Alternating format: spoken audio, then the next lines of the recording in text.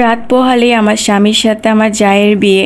আমার স্বামীকে এখনও আমি ডিভোর্স দেইনি, তবে আমার স্বামীকে আমি এখনও ছেড়েও যাইনি। আমি আমার নিজের রুমেই বসে আছি। আমাদের বিয়ের 10 বছর হতে যাচ্ছে, অথচ এই 10 বছরে আমাদের কোনো সন্তানই হয়নি। 10টা বছর ধরে নিঃসন্তান। আসলে সমস্যাটা হচ্ছে আমার না, আমার স্বামীর। আমার স্বামীকে এই 10টা বছর অনেক চিকিৎসা করিয়েছি, অনেক ডাক্তার দেখিয়েছি।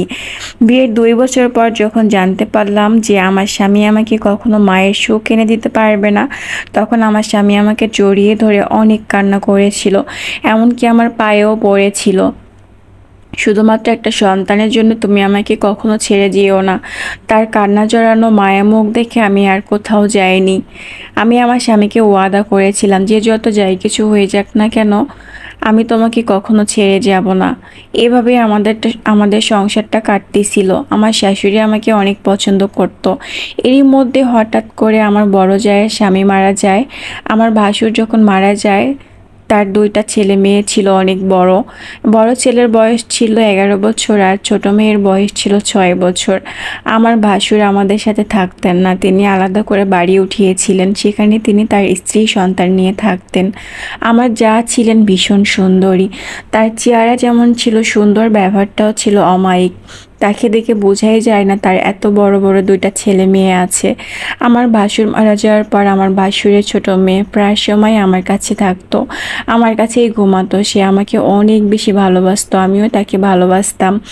আমার যাও মাঝে মধ্যে আসতো, আমার শাশুড়ির সাথে ঘুমাতো, আর 2-1 দিন পরে চলে যেত। আমার শ্বশুরের জমিতে আমার স্বামী নতুন করে একটা বড় বাড়ি বানিয়েছিল, আর সেই বাড়িতে বেশ ভালোই জায়গাও ছিল।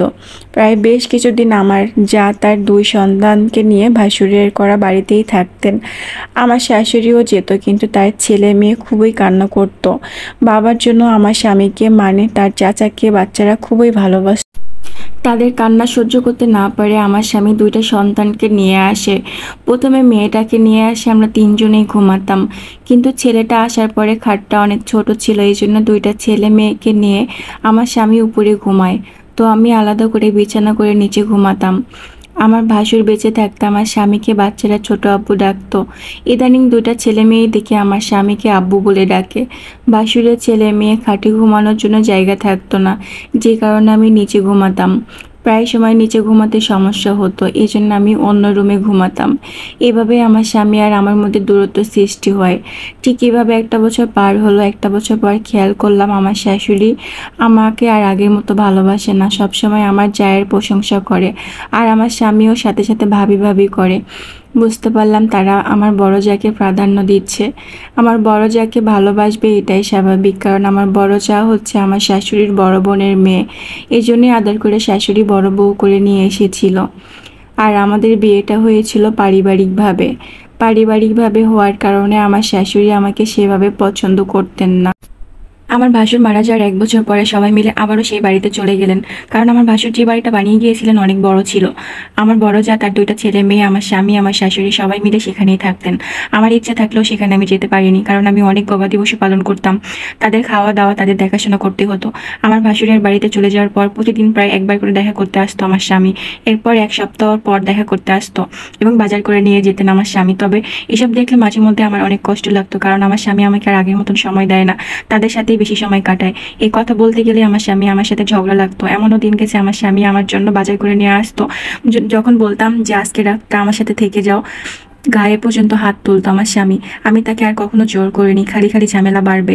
আর এখন তো মাস পার হয়ে গেলেও আমার সাথে দেখা করতে আসে না।